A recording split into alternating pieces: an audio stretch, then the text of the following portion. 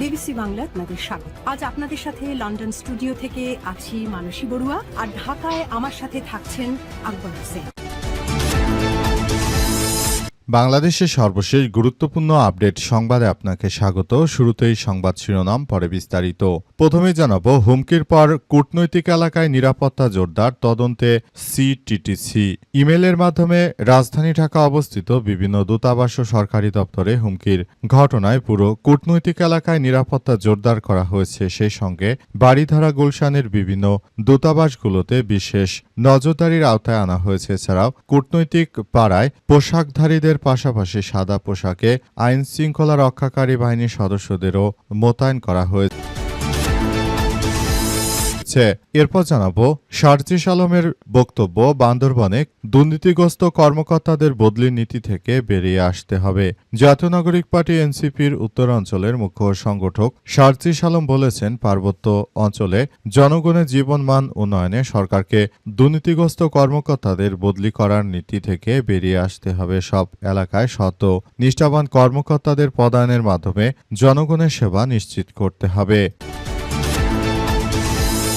এদিকে গোডাউন ভেঙে ১৯৭ বস্তা সার নিয়ে গেলেন কৃষকরা। কুড়িগ্রাম জেলার ভুরুঙ্গমারী উপজেলায় সার না পেয়ে কৃষকরা জোট বেঁধে একটি ডিলার পয়েন্টে সারের গোডাউনের দরজা ভেঙে ৫০ কেজি ওজনের ১৯৭টি সার নিয়ে গেছে বলে জানা গেছে। আজ দুপুর ১১টার দিকে এমন ঘটনা ঘটেছে বলে জানা গেছে। এই ঘটনায় এখন পরিস্থিতি থমথমে অবস্থা বিরাজ করছে। আসলে কৃষকরা সার না পেয়ে তারা দীর্ঘক্ষণ দাঁড়িয়ে থাকার পরই এমন ঘটনা ঘটিয়েছে বলে জানা গেছে।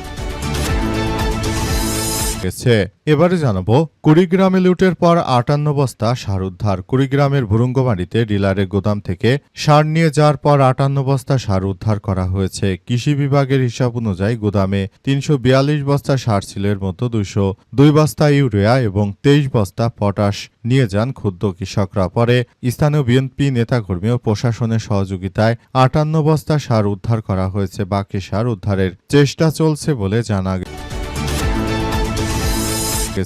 এবং সর্বশেষ জানাবো, চট্টগ্রামে জাল টাকা তৈরি মেশিন সহ যুবক গ্রেপ্তার। চট্টগ্রাম নগরে জাল টাকার তৈরি মেশিন ও ১৮,৩০০ টাকা জাল নোট সহ মোহাম্মদ মহিউদ্দিন বিকাশ ২৭ নামের এক যুবককে গ্রেপ্তার করেছে গোয়েন্দা পুলিশ ডিবি।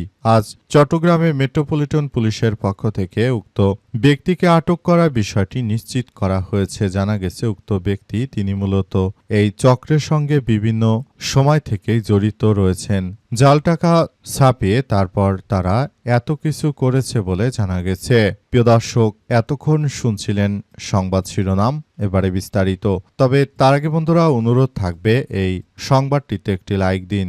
এই চ্যানেলে আপনি নতুন হয়ে থাকলে আমাদের সংবাদটি দেখতে দেখতে চ্যানেলটি সাবস্ক্রাইব করে রাখুন। কমেন্ট করে বন্ধুরা আপনার মূল্যবান মতামত জানিয়ে দিন আপনি বিশ্বের কোন দেশ থেকে বা বাংলাদেশের কোন স্থান থেকে আমাদের সংবাদটি দেখছেন এবং শুনছেন। আর বন্ধুরা, সংবাদটি আপনার সোশ্যাল মিডিয়া ফেসবুকে শেয়ার করে বন্ধুদেরও দেখার সুযোগ করে দিন।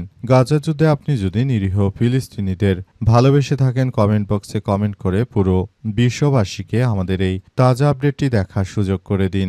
আর বন্ধুরা, যেখানেই থাকুন দেখতে থাকুন আমাদের এই লেটেস্ট আপডেট সংবাদ। এবারে বিস্তারিত।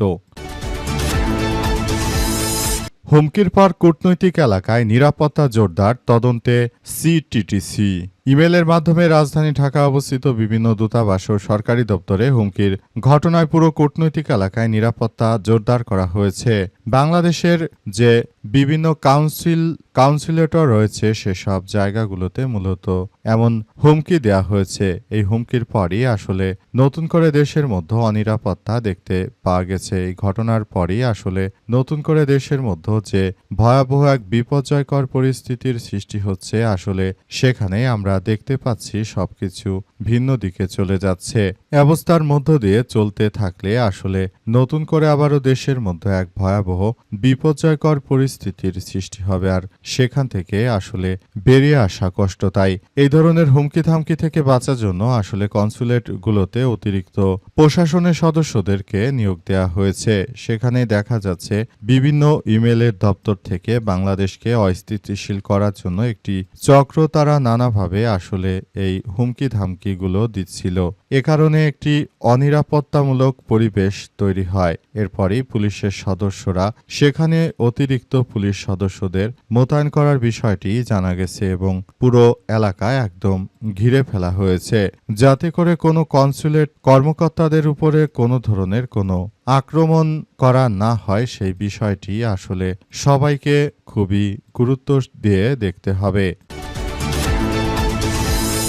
শারজিস আলম বললেন, বান্দরবনে দুর্নীতিগ্রস্ত কর্মকর্তাদের বদলির নীতি থেকে বেরিয়ে আসতে হবে। জাতীয় নাগরিক পার্টি এনসিপির উত্তর অঞ্চলের মুখ্য সংগঠক শারজিস আলম বলেছেন, পার্বত্য অঞ্চলে জনগণের জীবনমান উন্নয়নে সরকারকে দুর্নীতিগ্রস্ত কর্মকর্তাদের বদলি করার নীতি থেকে বেরিয়ে আসতে হবে। সব এলাকায় শত নিষ্ঠাবান কর্মকর্তাদের পদায়ন করতে হবে বলে জানান তিনি। আসলে আমরা দেখতে পাচ্ছি যে বাংলাদেশে বিগত কিছু সময় ধরেই আসলে যেসব কর্মকর্তারা দুর্নীতিগ্রস্ত তাদেরকে দেখা যাচ্ছে যে এদের অধিকাংশ কর্মকর্তাকেই বর্তমান সরকার কিন্তু যারাই দুর্নীতি করে তাদেরকে বান্দরবনে সরকার ট্রান্সফার দিয়ে থাকে। কিন্তু একটি বিষয় আমরা মনে করি সেটা হচ্ছে যে বান্দরবন সহ এসব এলাকায় একজন ভালো ও দক্ষ যারা রয়েছেন তাদেরকে আসলে নিয়োগ দেয়া অনেক বেশি প্রয়োজন। কিন্তু দেখা যাচ্ছে সরকার আসলে তারা এমন কিছু করছে সেটি আসলে গ্রহণযোগ্য হতে পারে না। সরকার বান্দরবনে সেখানে নিয়োগ দিয়ে থাকে যারা অত্যন্ত দুর্নীতিগ্রস্ত লোক, সেসব কর্মকর্তাদেরকে। এসব কর্মকর্তারা তারা ভালো এলাকায় থাকাকালীন সময়ে কিন্তু এরা কখনো ভালো কাজ করে না, দুর্নীতির সঙ্গে যুক্ত হয়ে যায়। আর এদেরকে যদি বান্দরবনে দেয়া হয়, এই নীতি থেকে যদি আসলে সরকার সরে না আসে, তাহলে পুরো বাংলাদেশটাই আস্তে আস্তে ভাবে ধ্বংসস্তূপে পরিণত হবে। বান্দরবন এলাকায় তাদেরকেই ট্রান্সফার দেওয়া হয় যারা হচ্ছে দুর্নীতিগ্রস্ত। কেন বাংলাদেশে তো যারা ভালো লোক যারা দুর্নীতি করে না তাদেরকেও বান্দরবনে দেওয়া দরকার, কারণ তারা বান্দরবনে থাকলে আমাদের বান্দরবনের এলাকাগুলো খুব ভালো করবে। তারা বাংলাদেশটাকে একটি ভালো অবস্থানে নিয়ে যাওয়ার জন্য কাজ করবে। তবে শুধুমাত্র আপনারা যদি এই দুর্নীতিবাজ কর্মকর্তাদেরকেই বান্দরবনে পাঠান, সেক্ষেত্রে তারা কখনোই দেশকে ভালো কিছু আউটপুট দিতে পারবে না বলে জানান শারজিস আলম। এজন্য তিনি মনে করেন বান্দরবন এলাকায় আসলে ভালো ভালো যারা রয়েছেন তাদেরকে দিতে হবে, যাতে করে তারা দেশের কল্যাণে কাজে আসতে পারে। বিষয়টি তিনি আবারও তুলে ধরেছেন এবং বলেছেন এটা আসলে আমাদের সবার জন্য খুবই গুরুত্বপূর্ণ একটি বিষয়। গোডাউন ভেঙে ১৯৭ বস্তা সার নিয়ে গেল কৃষকেরা। কুড়িগ্রাম জেলার ভুরুঙ্গমারী উপজেলায় সার না পেয়ে কৃষকরা জোট বেঁধে একটি ডিলার পয়েন্টে সারের গোডাউনের দরজা ভেঙে ৫০ কেজি ওজনের ১৯৭টি সারের বস্তা নিয়ে গেছে। আজ বেলা ১১টার দিকে উপজেলার শিলখুড়ি ইউনিয়নের মুকুলের মেসা শাহ আমানত ডিলার পয়েন্টে এমন ঘটনা ঘটে। পরে পুলিশের তৎপরতায় উক্ত সারগুলো দ্রুততম সময়ের মধ্যে অভিযানে নামে। কৃষকদের অভিযোগ, তারা যে সার খুঁজছিল সরকার সার দিতে পারছিল না। সরকার অতিরিক্ত দাম নিয়েও সার দিতে পারছে না কৃষকদের। কৃষকেরা তখন বাধ্য হয়ে তারা মূলত এই কার্যক্রম চালাতে বাধ্য হয়েছে। কৃষকরা জানিয়েছে যে তারা মূলত কোনো চুরি করার উদ্দেশ্যে আসেনি, তবে তারা তাদের এই সার দিতে না পারায় তাদের ফসল নষ্ট হয়ে যাচ্ছে। তাই ডিলারদের কাছে সার থাকার পরও অতিরিক্ত দাম ছাড়া তারা মূলত সার দিচ্ছে না। অবস্থা চলতে শুরু করলে আসলে নতুন করে আবারও এক ভয়াবহ বিপর্যয়কর পরিস্থিতির সৃষ্টি হয়। সেখান থেকে মূলত নতুন করে বিষয়গুলো সামনে আসতে শুরু করেছে। সার সহ যেসব পণ্য রয়েছে যেগুলো রয়েছে সেগুলো থেকে আসলে সবাইকে বঞ্চিত করছিল একটি পক্ষ। এজন্য মূলত তারা এই পদক্ষেপ গ্রহণ করে সারগুলো দ্রুত সেখান থেকে সরিয়ে নেওয়ার চেষ্টা চালায় কৃষকরা, কিন্তু পুলিশের তৎপরতায় কিছু সার আবার ফেরত নেওয়া হয়েছে। কুড়িগ্রামে লুটের পর ৫৮ বস্তা সার উদ্ধার করা হয়েছে। আজ কুড়িগ্রাম থেকে ৫৮ বস্তা সার জব্দ করার ঘটনা ঘটেছে। আসলে কুড়িগ্রামে কৃষকেরা সার না পেয়ে তারা মূলত সরকারি বিভিন্ন জায়গা থেকে দরজা ভেঙে তারপর সারগুলো নিয়ে গিয়েছিল।